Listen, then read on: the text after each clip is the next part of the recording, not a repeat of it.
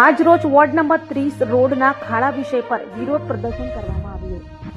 સચિના railway પુલ પાસે કેટલાક દિવસોથી વરસાદના કારણે મસ્ત મોટા ખાડા પડ્યા છે, જેના લીધે વાહન ચાલકોને જોખમ ઊભું થયું છે. જેના પગલે આજે આમ આદમી પાર્ટીના કાર્યકરોએ વિરોધ પ્રદર્શન કરી જનતાને પડતી હાલાકીને દૂર કરવા વૃક્ષારોપણ કરી વિરોધ પ્રદર્શન કર્યું તેમ આગામી દિવસોમાં રોડ જામ કરવાની ચીમકી ઉચ્ચારી હતી. મારું નામ મહેન્દ્ર પાટીલ, હું ઉધના વિધાનસભાના પૂર્વ ઉમેદવાર આમ આદમી પાર્ટી. હવે અમને ફરિયાદ હતી કે ભાઈ સચિનને જે એપ્રોચ છે રેલવેવાળો ત્યાં એની આગળ ખાડા પડ્યા છે ને ખાડા તંત્ર પુરાવામાં એ છે ધ્યાન આપતું નથી. અમે જનતાને કહેવા માંગીએ છીએ કે આ લોકો જ્યાં ચૂંટણી હોય ને ત્યાં ખોટું બોલવું અને જોરથી બોલવું. વિસાવદરમાં ચૂંટણી વખતે લોકો કહેતા હતા કે અમને તમે ચૂંટાઈને આપો એટલે અમે તમને પેરી જેવો રોડ બનાવી આપીશું. અહીંયા ઉપરથી લઈને નીચે સુધી ગ્રામ પંચાયત, તાલુકા પંચાયત, જિલ્લા પંચાયત, મહાનગરપાલિકા, ધારાસભ્ય અને પાછું સાંસદ બધા જ ભારતીય જનતા પાર્ટીના છે. પણ આ લોકોએ પેરી જેવા રોડ તો નથી બનાવ્યા, પણ ચંદ્ર જેવા રોડ બનાવી દીધા છે, જેથી લોકો આ બધી ગાડી જતા તમે જોતા હશો આખી ગાડીઓ હાલમ ડોલમ થાય છે. ચંદ્રમાં કેવું હોય કે ગુરુત્વાકર્ષણ બળ ઓછું હોવાના કારણે પબ્લિક ચલાતું નથી, જ્યારે માણસે ચલાતું નથી તેવી પરિસ્થિતિ આ રોડની છે. અમે આજ પછી તંત્રને ખાલી જાણ કરીએ છીએ, આના જો આ તમે 10 દિવસે રોડ નહીં બનાવશો તો અમે આ વિસ્તારમાં રોડ રસ્તા રોકો આંદોલન કરીશું.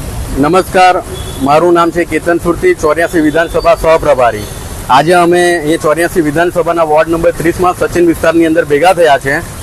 જે તમે અહીંયા અમારી પછાડી જોશો તો અહીંયા આગળ ખાડાઓ છે. આ ખાડા નથી, આ તંત્રની લાપરવાહી છે અને સરકારની ભ્રષ્ટાચાર છે.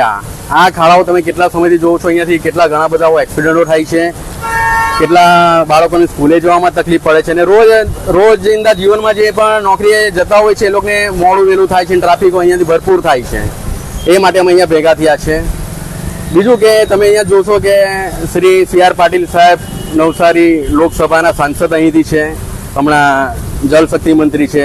શ્રી સંદીપભાઈ દેસાઈ સાહેબ અહીંયાના ધારાસભ્ય છે ને ટોટલ અહીંયા લોબી તમે જોશો તો ભાજપ સરકારની છે. ને બીજું કે તમે જોયું હશે પેટા ચૂંટણીની અંદર કે એ લોકો ભારતીય જનતા પાર્ટી દ્વારા એમ કહેવામાં આવ્યું કે વિસાવદરની અંદર અમે પેરિસ જેવા રસ્તા બનાવી નાખશું. તો પેરિસ જેવા રસ્તા ત્યાં બનાવશો એ આપણે માનીએ, ચાલો ભાઈ તમે બનાવજો, પણ જો એમના વિસ્તારમાં જ્યાં એ લોકો છે ત્યાં જ એ લોકોથી રસ્તા નથી બનતા.